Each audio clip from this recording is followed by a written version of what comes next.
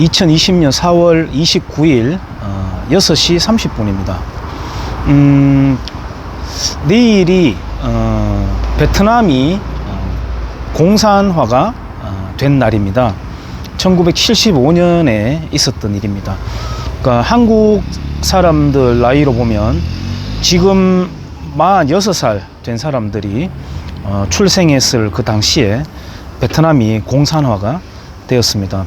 베트남 공산화가 되고 난 뒤에 한국인들을 얼른 이제 대피를 시켜야 되니까 그 업무를 맡느라고 늦게까지 있다가 억류되어 버렸던 그 대사관들과 맞교환하자고 요구했던 게, 북괴가 맞교환하자고 했거든요. 그 요구했던 게 통일혁명당 사건의 주역 중 한 사람인 신영복이었습니다. 당시 수감 중이었죠. 그 신영복이가, 저는 이탈리아의 안토니오 그람시가 있었다면 이 한반도에는 신영복이가 있었다. 물론 신영복 그 앞전에는 성시백이라고 하는 거물 간첩이 있었습니다만은 신영복이가 20일 살았죠. 복역한 뒤에 나와가지고 성공회대 강연을 하고 또 더불어 숲 이런 프로그램을 만들어 가지고 새빨간 인간들을 잉태해냈습니다.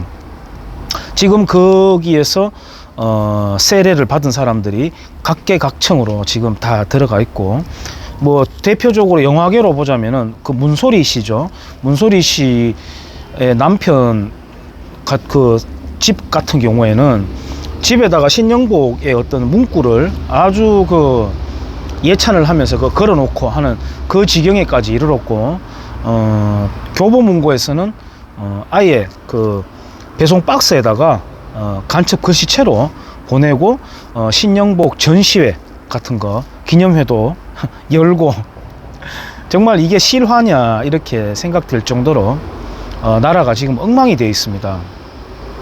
베트남이 공산화 되고 난 뒤에 보니까 남베트남의 간첩이 충격적으로 득실거리고 있었던 게 이제 밝혀졌죠. 물론 이제 독일이 통일되고 나서도 보니까 동독의 간첩이 그렇게 동독의 간첩들이 서독에 그렇게 많이 심어져 있었다 이야기가 있습니다. 당시에 국내 외적으로 그렇게 다시 바로 한 공산 세력들의 압박에 박정희 대통령이 지도자로서 얼마나 고심이 컸을까. 또 학생들이라든지 이런 시위대는 민주화를 요구하면서 그렇게 데모가 일어나고 있고, 물론 그 민주화 세력 사이에는 사악한 의도를 가진 자들이 지금 청와대에 들어가 있던 자들이라고 저는 보는 거죠. 그 자들이 그렇게 의도한 대로 시위를 하곤 했지만, 그 당시 박정희 대통령이 핵무기 개발 의지도 갖고 있고, 공산 세력으로부터의 발호도 막아야 되고, 경제 성장도 아직 더 해야 되고, 박정희 대통령 생전에 항상 그런 말 했답니다. 바쁘다, 나는 시간이 없다 라고 늘 시간에 쫓겨가지고 그런 말을 많이 했었다고 합니다. 지금 역사전을 KBS의 그 프로그램을 위시한, 뭐 그건 아주 단편적인 겁니다. 돌 김용옥도 그렇고요. 해방 전후 사의 인식이라고 하는 걸, 역사전을 그날에 그 주관하는, 진행하는 앵커는 읽어보기나 했는지는 모르겠습니다만은, 그들의 이 한반도에 대한 역사관의 파이프라인이 그 책에 고스란히 잘 들어가 있습니다. 물론 이제 한 발 늦긴 했지만 해방 전후사의 재인식이라고 하는 게 액막이로 나오긴 했지만 당연히 안 보겠죠. 인정을 안 하고. 그러니까 이들은 저는 그들 모두가 사악하다고 생각하지는 않습니다. 그냥 덩신인 거죠. 쓸모 있는 바보들 짓을 하고 있는 겁니다. 유즈풀 이디엇 짓을 하고 있는 거죠. 굉장히 순수하다고 생각을 하고요. 이들의 인식은 이런 겁니다. 이 대한민국을 부정하는 겁니다. 대한민국의 출범을 부정하는 겁니다. 그래서 기본적으로 이 한반도의 정통성은 조선에 있다. 그 조선을 승계한 조선민주주의 인민공화국에 있다. 실제로 역사전을 그날 팀에서는 김일성의 보천보 전투를 찬양하는, 보천보 전투는 마적단의 약탈 같은 것이었습니다. 것일 뿐이었어요. 그걸 아주 무슨 항일 운동의 대대적인 그런 사건이었는 것처럼 포장하는 프로그램을 만들다가 방영은 하지 못했습니다. 그게 최근 일입니다. 그러니까 말이에요. 그들은 이 한반도의 정통성을 조선민주주의 인민공화국에 두고 있는 겁니다. 민족이라는 개념에 빠져 있는 거죠. 그 다음에 그들이 글쎄요, 그런 진행하는 앵커에게 민주주의가 뭐냐라고 물었을 때 뭐라고 정의를 내대어서 설명할지는 모르겠습니다만은 민족, 또 민주, 또 무슨 자주, 우리끼리 뭐 이런데 저는 굉장히 흠뻑 빠져 있는 사람들이라고 생각합니다. 이 한반도는 중국으로부터 정신문화까지 식민 지배를 받던 곳이었습니다. 그러다가 이 한반도는 한 번도 자기 힘으로 독립적으로 존재해 본 적이 없다고 해도 과언이 아닙니다. 조선은 방금 말씀드렸던 대로 중국의 정신문화까지 그렇게 식민 지배 받고 있었던 곳이고요. 거기에서 헤어나오지 못하고 송시열의 유언에 따라 만든 것이 만동묘입니다. 충북 괴산에 있는 만동묘입니다. 가파른 돌 계단을 만들어 놓고 거기 올라가려고 하면 위를 이렇게 쳐다보고 올라가게끔 해서 중국 황제들의 위패를 모시는 겁니다. 비록 명나라는 망했으나 그 명나라의 위패를 우리가 모시면서 우리가 소중화국이다 이렇게 정신승리를 했던 거죠. 지금 문재앙이라든지 박원순이라든지 이런 자들이 중국은 큰 산이다 또는 우리는 중국의 엉덩이에 붙어가는 똥파리다 이렇게 표현하는 거예요. 그게 바로 그 사고방식에서 다 기인하는 겁니다. 이 한반도는 외세의 힘을 입지 않고서는 홀로 존재할 수가 없는 지형적인 운명을 타고 있습니다. 그러니까 그나마 그 외세 중에서 시장경제, 통상교역, 자유무역을 추구하고 그 다음에 다른 나라에 대한 영토에 대한 야욕이 없는 패권국인 미국의 손을 잡은 거는 정말 그야말로 신의 한 수죠. 대한제국 선포는 고종의 신의 한 수였다라고 하는 송영길 씨의 제가 칼럼을 보고 대한민국의 좌우를 떠나서 정말 정치인이라고 하는 자의 수준이 이런 것뿐이 안 되나 싶어서 제가 슬프기까지 했는데요. 대한제국은 제가 수시로 말씀드리지만은 원래 착취 구조였던 조선에서 더욱더 제도화된, 그러니까 아예 사유화해버린 지금의 이제 북한 노동당과 똑같은 거죠. 군부를 통제하고 사법권 통제하고 지금 대한민국에서 문재인 정권이 베네수엘라처럼 이렇게 하나하나 기관들을 섭렵해 나가는 거하고 똑같습니다. 그걸 했던 것이 대한제국인데 그걸 가지고 송영길이라고 하는 정치인은 고종의 신의 한 수다 이렇게 예찬을 하는 거 보고 참 제가 슬펐습니다만은 그나마 그 미국의 손을 끌어들여서 이 땅에 아주 앵카를 해버린 거죠. 박아 넣어버린 이승만의 정말 그 신의 한 수는 한반도에서 유례없는 한 번도 경험하지 못한 나라를 만든 겁니다. 문재인이 한 번도 경험하지 못한 나라를 만들겠다고 하는 것은 사실 그게 아니라 원래 우리가 수천 년 경험해오던 곳으로 돌아가려고 하는 게 문재앙입니다.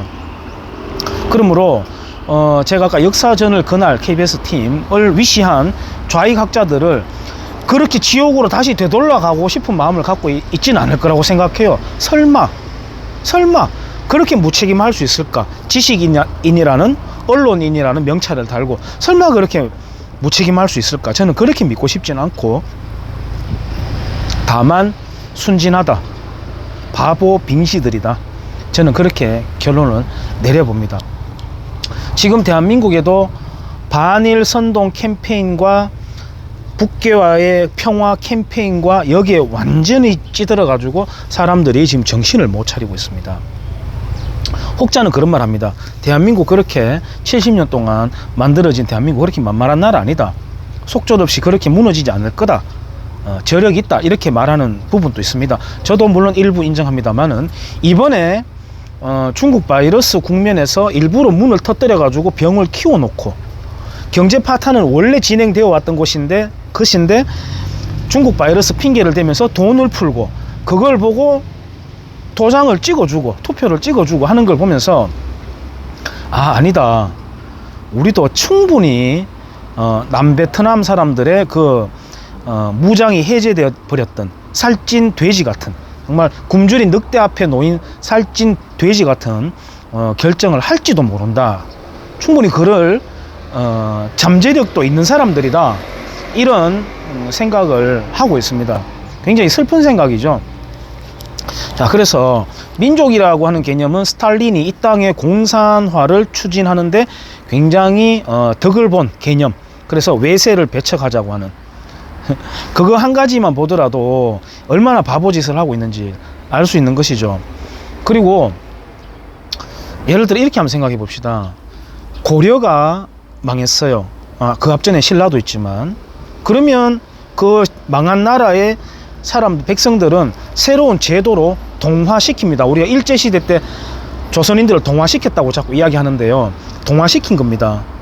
고려가 망하고 조선이 탄생하고 난 뒤에 고려인들을 조선의 제도로 다시 편입하고 동화시킨 겁니다.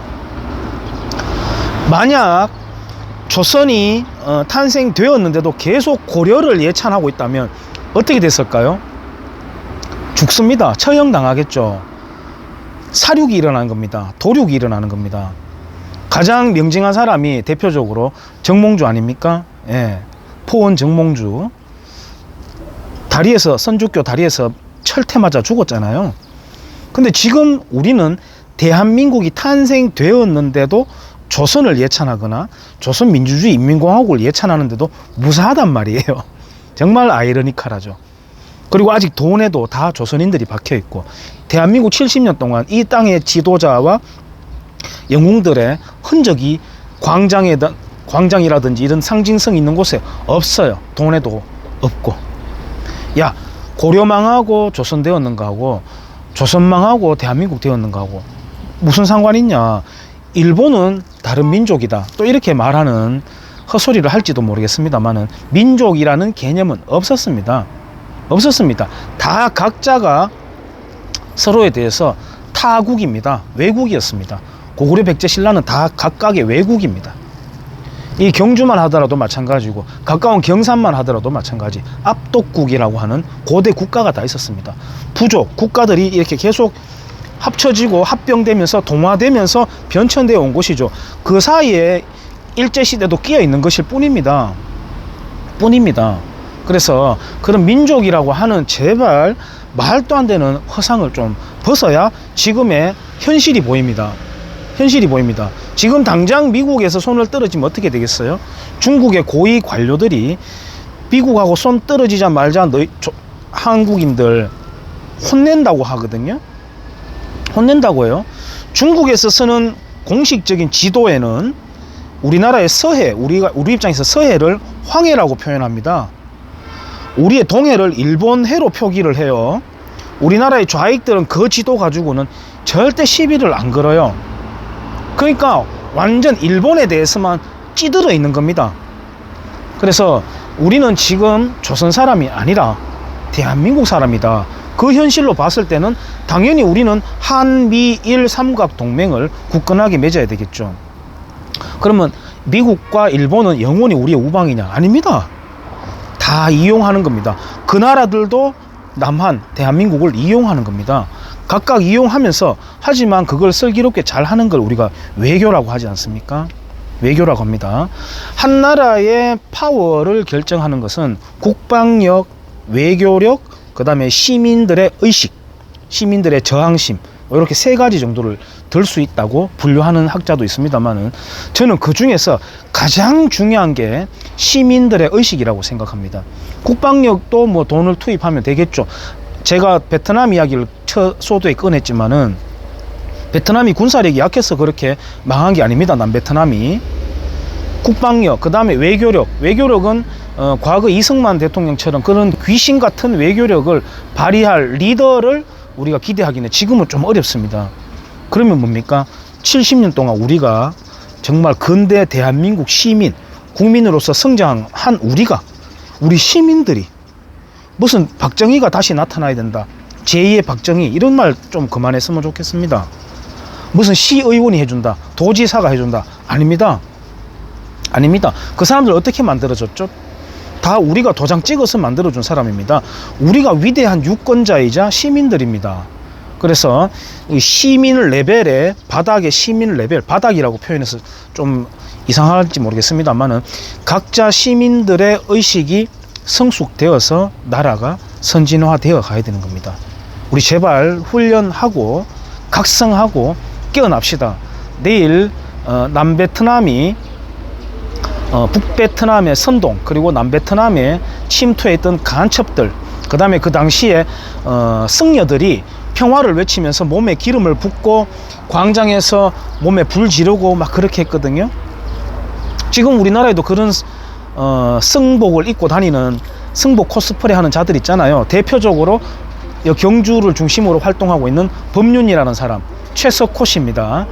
본은 울산이고요. 자기 형도 어릴 때부터 그 공산 운동을 했던 사람입니다.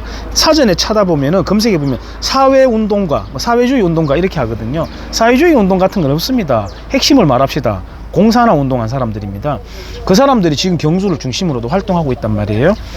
법륜이라는 사람은 이 경주 지방에서도 나이 있는 분들도 속절없이 그 사람 강연에 들어가고, 우와 잘한다, 말 참 잘한다, 이렇게 속절없이 다 속아 넘어갑니다. 그 다음 그 아래층들은 유시민 같은 자들, 또 그 아래층은요, 신영복 키즈인 김재동 같은 애들, 그 요설의 혓바닥에 온몸이 칭칭 깎여 있는 겁니다. 지금 우리 국민들이 깨어나고 정신을 차립시다. 다시 한번 말씀드리지만 내일은 남베트남이 패망하고 공산화가 된 날입니다. 각성합시다. 감사합니다.